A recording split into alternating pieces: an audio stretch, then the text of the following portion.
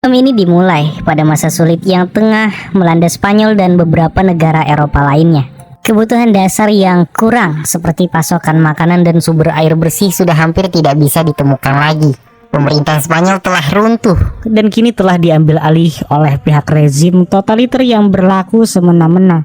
Bahkan pihak rezim totaliter itu tidak segan untuk membunuh anak-anak, lansia dan juga wanita hamil untuk mengurangi populasi. Oleh karena itu, pasangan bernama Nico dan Mia secara ilegal berusaha meninggalkan negara mereka. Nico kabur bersama Mia untuk mencari tempat di luar Spanyol agar mereka bisa melahirkan anak baru mereka. Mia sedang mengandung, itulah alasan utama mereka memutuskan untuk pergi dari Spanyol demi keselamatan Mia dan anak yang dikandungnya. Nico, Mia, dan imigran lainnya berhasil menaiki sebuah truk yang membawa kontainer. Tujuan mereka adalah menuju Irlandia, negara yang mereka yakini memiliki sumber penghidupan yang layak. Namun keadaan mulai tidak terkendali ketika truk kontainer mereka berhenti dan para penyeludup membawa lebih banyak imigran gelap yang notabene adalah para tunawisma. Truk kontainer Nico dan Mia penuh, sehingga pihak penyeludup memaksa untuk yang lainnya berpindah ke kontainer sebelah dan hal itu menyebabkan Nico dan Mia akhirnya terpisah. Tidak ada yang bisa mereka lakukan. Mia hanya bisa menilik di lubang kecil ketika Nico dimasukkan di kontainer dengan nomor 107.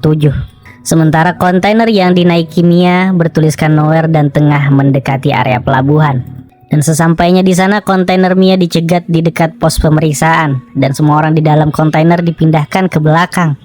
Sehingga ketika kontainer tersebut dibuka, semuanya sudah tampak kosong.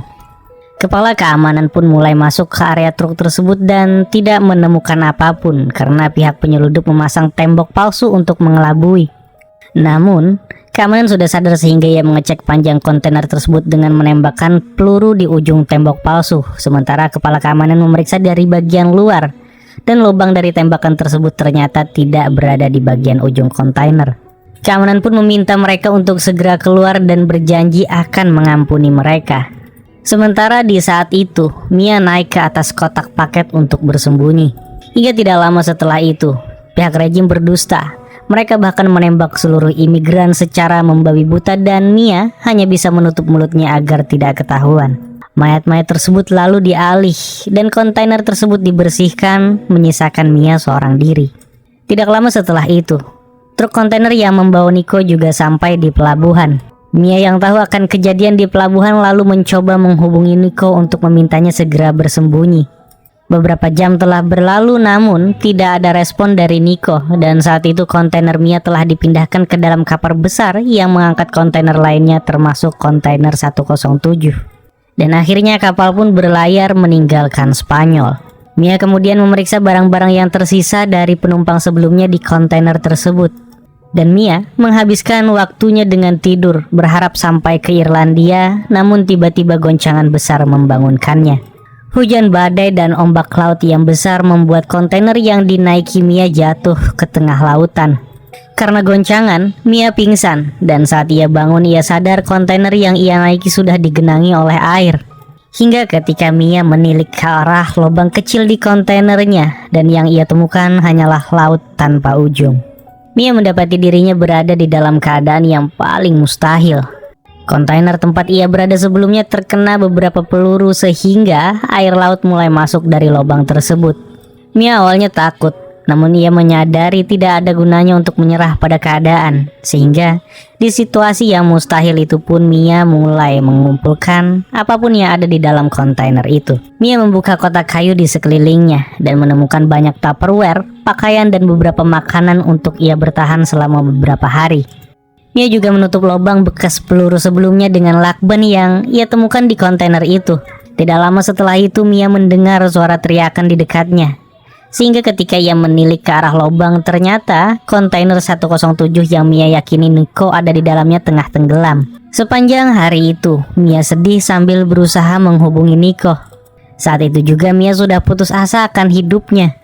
Namun isyarat tendangan kecil dari sang buah hati membuat Mia memutuskan untuk bertahan.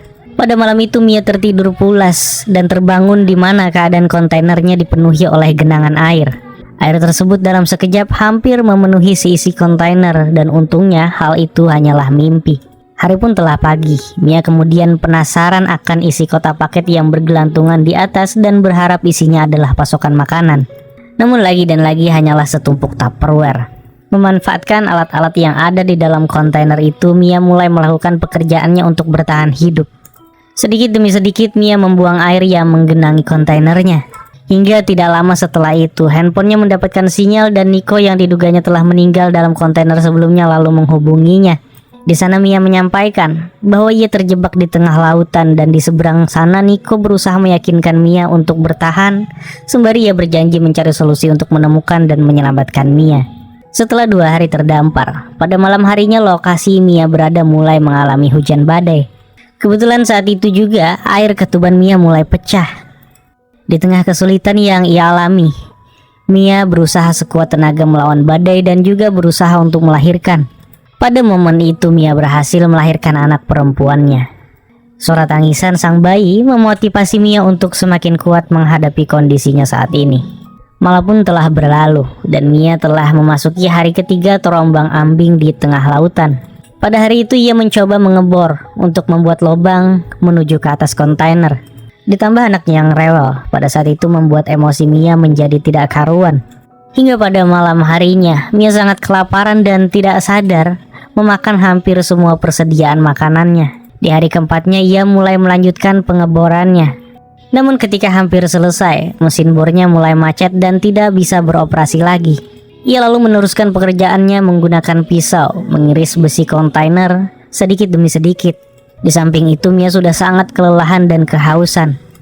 Namun ia pantang menyerah dan melanjutkan pekerjaan keesokan harinya lagi. Akan tetapi masalah datang lagi ketika pisau yang ia gunakan mengalami patah. Di saat-saat seperti itu, setetes air sangat berharga bagi Mia. Ia sudah sangat kewalahan dan sangat lelah. Untungnya setelah tertidur beberapa saat, rintik air hujan membangunkan Mia. Ia juga langsung menyediakan beberapa kotak Tupperware untuk persediaan air minumnya. Setelah stamina Mia sudah mulai mendingan, ia mulai melakukan pekerjaannya lagi dengan tali yang ia miliki. Mia bergelantung untuk membuka lubang yang ia buat. Ia berhasil melakukannya dan melihat birunya langit. Mia segera naik dan menghirup segarnya udara di luar kontainer. Namun satu hal yang tidak bisa ia pungkiri, bahwa ia masih terombang-ambing di tengah laut tanpa ujung. Suatu ketika Mia membereskan eek anaknya dan melempar kain tersebut ke tengah laut. Namun siapa sangka hal yang tidak diduga Mia adalah ketika ikan mulai mengerumuni kotoran anaknya. Dari sana Mia mulai memiliki ide. Ia membuat tombak untuk menangkap ikan guna pasokan makanannya. Akan tetapi Mia gagal dan tidak mendapatkan ikan seekor pun. Hingga Mia yang telah kelelahan mencoba berbaring di atas kontainer, hingga tiba-tiba ia melihat pesawat lewat di atas kepalanya. Mia bergegas kembali ke bawah untuk mengambil cermin untuk memberi isyarat pada pesawat yang lewat. Namun saat ia kembali ke atas, kakinya tergores sehingga menimbulkan luka yang besar di bagian pahanya. Meskipun pesawat telah lewat, Mia tetap mengirimkan isyarat walaupun hasilnya adalah nihil. Kembali ke dalam, Mia mulai menjahit lukanya. Lalu ketika malam harinya, Mia mulai membuat rajut yang terbuat dari tali headset di kotak paket sebelumnya. Hingga keesokan harinya, Mia menggunakan rajut itu untuk memancing para ikan. Untuk kali ini Mia berhasil menangkapnya dan memakan ikan tersebut hidup-hidup dengan sangat lahap. 9 hari telah berlalu dan Mia kini memiliki beberapa persediaan makanan untuk dirinya. Terlepas dari itu, meskipun lelah ia tetap memberikan ASI dan merawat anaknya. Singkat cerita 12 hari telah berlalu dan Mia masih terombang-ambing di tengah lautan. Hingga suatu malam, anaknya rewel dan mengalami kedinginan. Berbagai cara ia lakukan untuk membuat anaknya nyaman. Dan pada malam itu, air telah menggenangi separuh dari kontainer. Hingga tidak lama, Mia mendapatkan panggilan dari suaminya. Namun bukan kabar baik yang disampaikan, melainkan sebuah pesan terakhir dari Nico. Nico lalu mengungkapkan kebenaran bahwa ia bersembunyi di sebuah kontainer dan menyelinap ke dalam kapal, namun sayangnya ia ditemukan. Dan ketika ia mencoba lari, pihak rezim menembaknya dan kini ia telah kehilangan banyak darah. Jadi Nico menelpon untuk mengucapkan selamat tinggal terakhirnya kepada Mia dan putri mereka. Setelah itu Nico pun meninggal dan Mia merasakan keputusasaan kembali melanda dirinya. Singkat cerita, 26 hari telah berlalu. Mia telah kelelahan untuk menimba air di kontainernya sehingga ia memutuskan untuk pindah ke atas kontainer. Mia membuat rakit sederhana dengan kotak paket sebelumnya yang ditopang oleh beberapa Tupperware agar tetap mengapung di atas air. Malam harinya, kondisi kontainer sudah hampir tenggelam dan Mia bersiap mengambil beberapa perlengkapan lain. Mia turun ke dalam kontainer dan mengambil foto mendiang putrinya dan juga sebatang sneakers yang Nico janjikan untuk dibuka dan dimakan hanya ketika ia menemukan tempat yang aman. Dan ketika ia mencoba keluar dari kontainer, air mulai masuk dengan deras dan putrinya yang ia simpan di dalam rakit mulai mengapung. Mia bahkan tersangkut oleh lilitan tali yang ada di dalam kontainer itu. Mia hampir menyerah pada nasibnya karena terjebak di dalam kontainer. Namun untungnya ia berhasil melepaskan diri dan mulai berenang ke permukaan. Mia sampai ke permukaan, namun tidak berhasil menemukan putrinya Noah di tengah kegelapan malam dan hantaman ombak yang keras. Untungnya ada seekor paus yang membasahi Noah sehingga ia mulai menangis. Dari sana Mia berhasil mendengar tangisan Noah dan mulai mendekatinya. Ia berhasil mengejar dan mengikat tangannya ke rakit tersebut. Pagi pun telah tiba dan Mia masih terombang-ambing di tengah laut. Mia lalu melihat seekor burung camar terbang di atasnya sehingga ia membuka salah satu kotak ikannya sengaja untuk memancing para burung camar mendekatinya. Mia tahu burung camar tidak menjelajah laut karena kebanyakan camar ditemukan di pulau ataupun pelabuhan. Burung-burung camar itu lalu mulai berkerumun di atas Mia dan juga Noah. Hingga kejadian itu terlihat oleh sebuah keluarga kecil yang sedang memancing. Ketika mereka mendekat, mereka melihat seorang bayi dan segera menyelamatkannya. Ia juga menarik tali yang terikat pada rakit tersebut dan menyelamatkan Mia yang telah tenggelam beberapa saat yang lalu. Ia pun kemudian segera melakukan CPR intensif agar Mia bisa bernapas kembali. Hingga Mia pun akhirnya berhasil bernapas lagi. Ia sadar dan segera memangku Noah sambil menoleh ke segala arah seolah tidak percaya bahwa ia telah selamat.